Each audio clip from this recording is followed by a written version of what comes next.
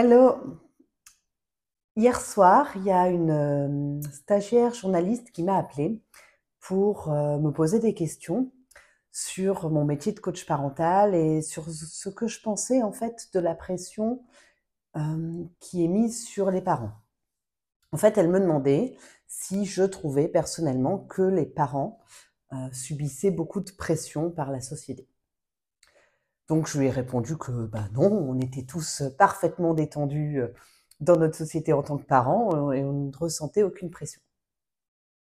Bien sûr, je n'ai pas répondu ça, vous vous en doutez. Bien sûr que je pense qu'on est vraiment sous pression en tant que parents, à plein de niveaux. C'est ce que je lui ai répondu.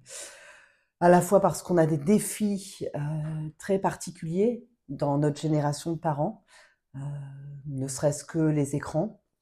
Savoir gérer les écrans, c'est une question qui est particulièrement complexe, avec des injonctions paradoxales.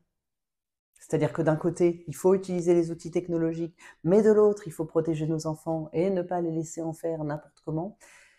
Et tout cela est extrêmement compliqué, je trouve. Je le trouve déjà en tant que maman, et je trouve que chez les parents que j'accompagne, il y a vraiment une pression par rapport à ça.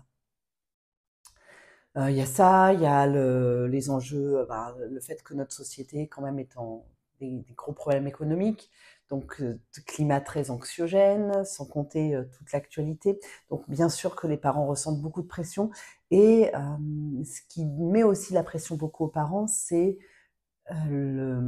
évidemment l'interdiction des violences éducatives ordinaires, hein, le fait que, bien sûr, il est interdit de violenter ses enfants verbalement, physiquement, psychologiquement, de toute manière que ce soit.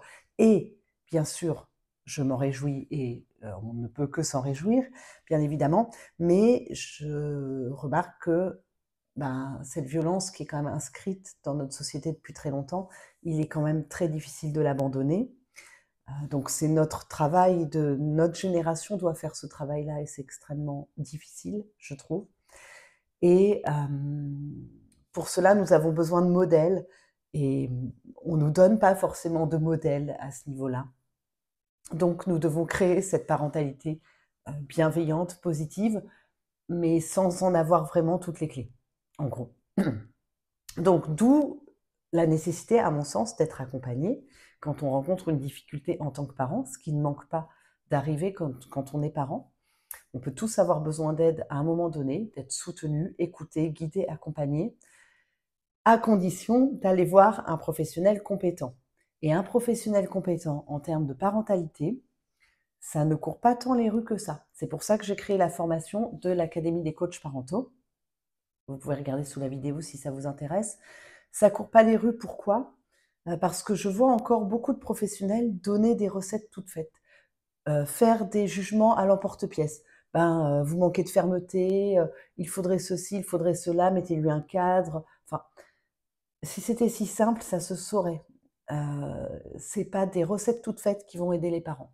C'est d'abord et avant tout une écoute sans jugement. Oui, sans jugement, même si on a l'impression que le parent, il fait fausse route. Le parent, il fait comme il peut, déjà pour commencer.